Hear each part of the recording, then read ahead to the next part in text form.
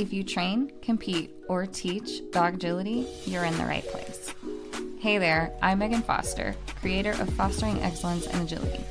Join me as I share key insights on all things related to dog agility and help find your team's path to excellence and unlock your best year yet. Let's get started.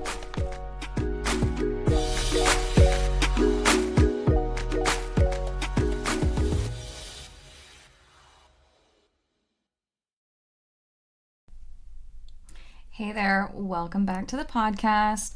Today I want to talk to you about determining which way is faster to turn your dog on the course. Are we turning the dog to the left? Are we turning the dog to the right? Are we wrapping this jump or are we slicing this jump? This comes up all the time when I'm teaching coursework, and I do have a general set of guidelines that you can use to help determine what is best for your dog right now, and maybe you'll have to rerun some data to determine what's best for your dog in 6 months or another year. Sometimes it changes. So first, the general rules. We really only start talking about which way to turn is faster if all the skills required are equal. So this means that if turning the dog on the wrapping line requires a skill that I don't have, but I have the skills required to take the slicing path, then that is the way I'm going to go. I'm going to go with what I know that I can properly execute and that my dog can follow the handling for. I also want to point out that I need to be able to do both options right the first time. So the few times that I have been lucky enough to set things up and use proper timing equipment to try and see exactly which way is faster for my personal dogs, it is kind of not fair if it takes you 2 or 3 attempts to get one direction just right and the other way you get it the first time. So timing these things in the same session can sometimes produce unsatisfying results and also dishonest results, because the dog might be fatigued by the time you get to one direction, they might be patterning in one direction. So really you just want to apply these rules consistently and see if a pattern develops in that something with your team is not quite following these general rules, or if you need to change things specifically for your dog. So think of deciding which way is faster as a point system. And the first thing that we evaluate is the shortest path. So if the wrap is a lot shorter than the slicing line, then we give the point to the wrap and vice versa. So 1 point goes to the direction of the turn that is just the least amount of yardage. And if they're pretty similar, we just split that point in half. Generally speaking, I don't want to turn away from the rest of the course or the next obstacle. When it feels like one direction takes me in the opposite path of where I'm going next, it's probably going to be too long of extra yardage in order for that line to be ultimately faster. The second point goes to the easiest jumping effort. And this is where it does start to get a bit more dog specific. Because easiest jumping effort is more subjective. We can determine the easiest jumping effort by way of number of lead changes, because maybe lead changes are more difficult for your dog. Maybe the easiest jumping effort is determined by your dog's preferred turning direction. Maybe they have an easier time turning right than left. Maybe the easiest jumping effort is determined by the amount of collection needed.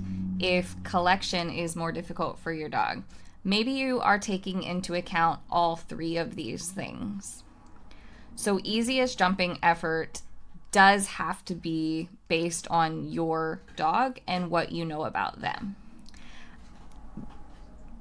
A lot of people will make blanket statements like slicing is always easier than wrapping, but when we have angled approaches and really narrow approaches to certain obstacles, that might not always be the case.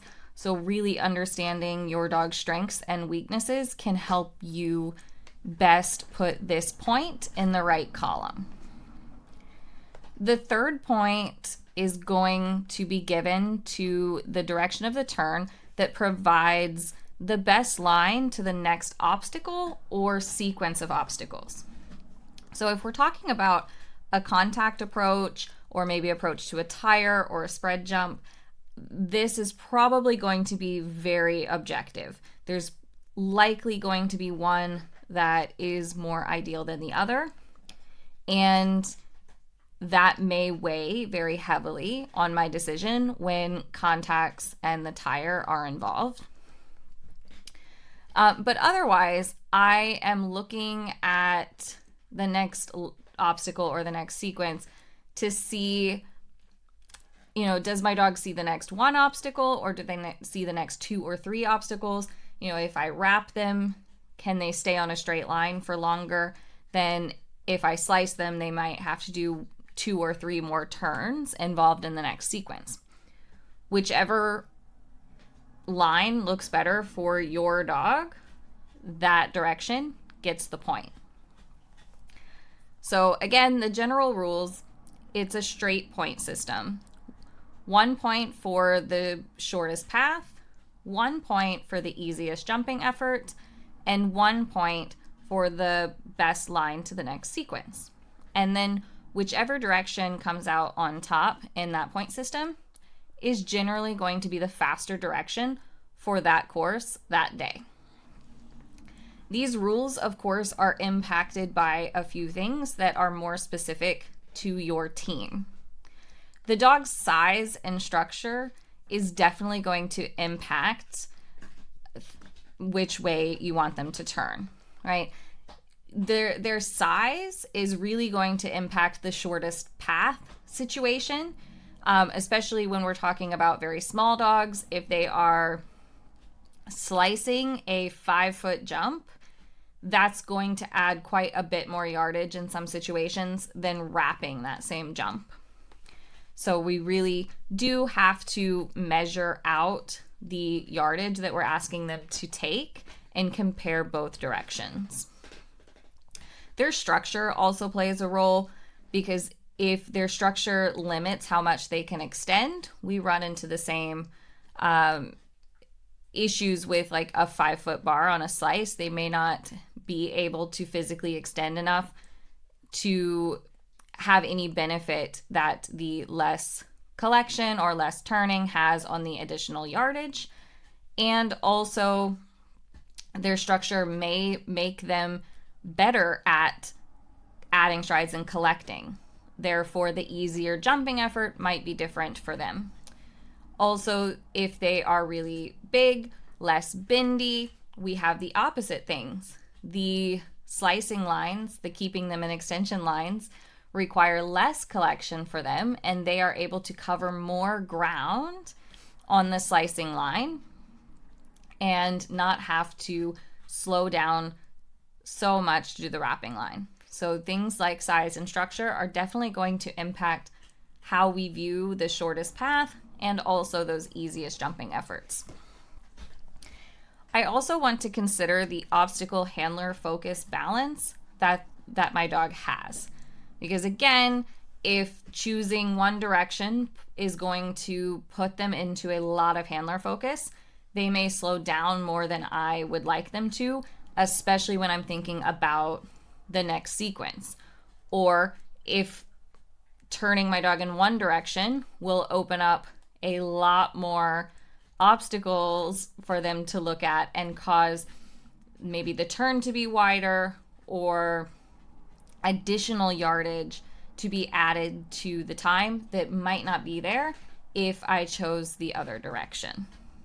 So these are very generalized rules and guidelines that we can try to apply to our coursework when we are determining which way to turn the dog.